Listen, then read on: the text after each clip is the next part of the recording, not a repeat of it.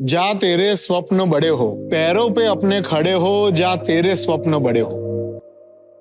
दुष्यंत कुमार की बहुत प्यारी कविता है कि जा तेरे स्वप्न बड़े हो, तू हंसे मुस्कुराए गाए, दीपक को देखकर ललचाए उंगलियां जलाए, पैरों पे अपने खड़े हो, जा तेरे स्वप्न बड़े हो।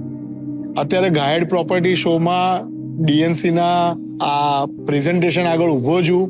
ગાયડની પોતાની થીમ છે કે આ અમદાવાદનો દસકો છે અને મને એવું લાગે છે કે અમદાવાદનો દસકો છે, આ ડીએનસીનો દસકો છે અને આ કદાચ ક્રિએશન્સનો દસકો છે.